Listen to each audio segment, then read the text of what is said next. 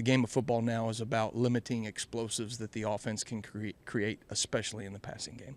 Qua Russaw talked about James Harrison being a guy that you love to watch play.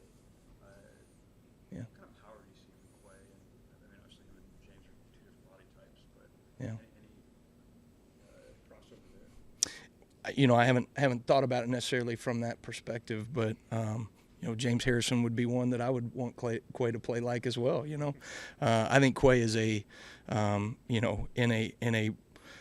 a team full of freaky people. Quay is the freakiest. You know what I mean? He is freaky athletic, and I think he's a special talent in terms of his strength.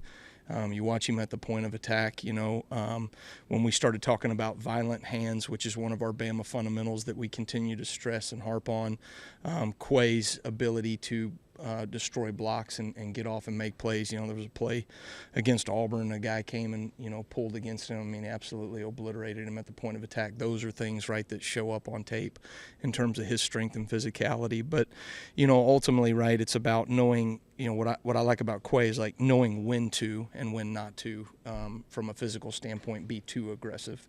And I think he's learned a lot last year with the experience that he had. And I think he's what I would call, has turned himself into a controlled, aggressive player. What's it like working with Coach Grubb, and how do you guys complement each other? Well, we're both really competitive people, and so in that way we don't compliment each other at all.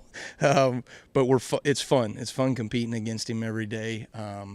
The experiences that he has had and that I've had, and we've never got to work together, but it's really enjoyable talking ball in the off season. I think when you see the game from a holistic view, which I think both of us kind of see the game, we have an appreciation for the other side of the ball and what's good scheme and what are good fundamentals, what are the things so we kind of bounce those ideas off of each other, which is really great.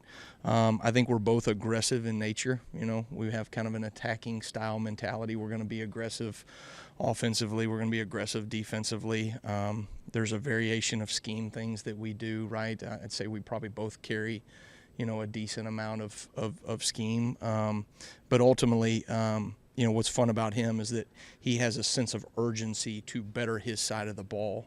And hopefully if I get up in the morning the right way and take the steps right to do the same thing defensively, right, we are the pushers, right? The coordinators are the ones that are holding everybody accountable to the standard, right, from a detail standpoint of accomplishing the vision that we have in our heads, right? So he's fun to work with. Really enjoy it. How comfortable is Justin Jefferson, like on the field in your scheme?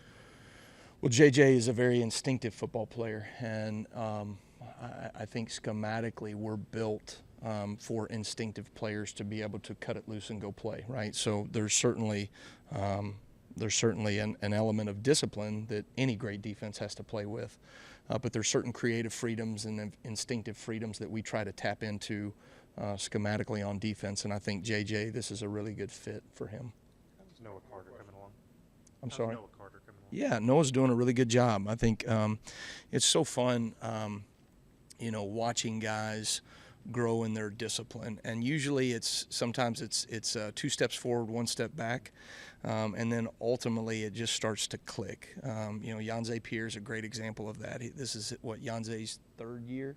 So this is Yanze's 3rd year for us, and you're starting to see, him just take those steps in the right direction. This is Noah Carter's 2nd year, and you see him taking steps in the right direction, but eventually there'll come a point where, if he'll keep pushing, you just see a massive step that a guy takes, and then all of a sudden he's a different person from a maturity standpoint, from a discipline standpoint, from accountability. And so it's fun to be able to kind of watch those guys move in that trajectory. Moving to an interior standpoint, can you talk about what you've seen from the interior of the Alabama defensive line from guys like Jeremiah Beeman and other guys like Tim Keenan and that group, Yeah. stuff like that? Yeah, I mean, obviously having TK back for another year is huge. Not just physically and who he is as a football player, but the accountability that he has in that room for a bunch of other younger players. I think he does a great job of holding that room accountable, of pushing the standard in that room. Beeman's a great example of a guy that grew up fast. Where he was a year ago as a true freshman, at the beginning of the season, to the role that he played for us in the bowl game and played it well, to where he was in the springtime to now. I mean, this dude has made great strides. He feels like a veteran player out there, even though he hasn't had some of the reps across the last season that maybe even Zabian Brown or another true freshman had. And so really proud of those guys. I think, Freddie and Jamie Mosley, those guys are doing a great job of really pushing that group from a physicality standpoint. These are the dog days of fall camp where you got to kind of push them through. The big guys, they got to be pushed. Right now they don't naturally want to run around the field for 60 snaps or whatever it may be, including individuals. So like the direction of that group, but certainly their maturity and development is going to be a huge indicator to our success. Charlie, you got one last question? You bring back Keon and Bray as safety. What have you seen from the guys behind you, like that standpoint? Yeah,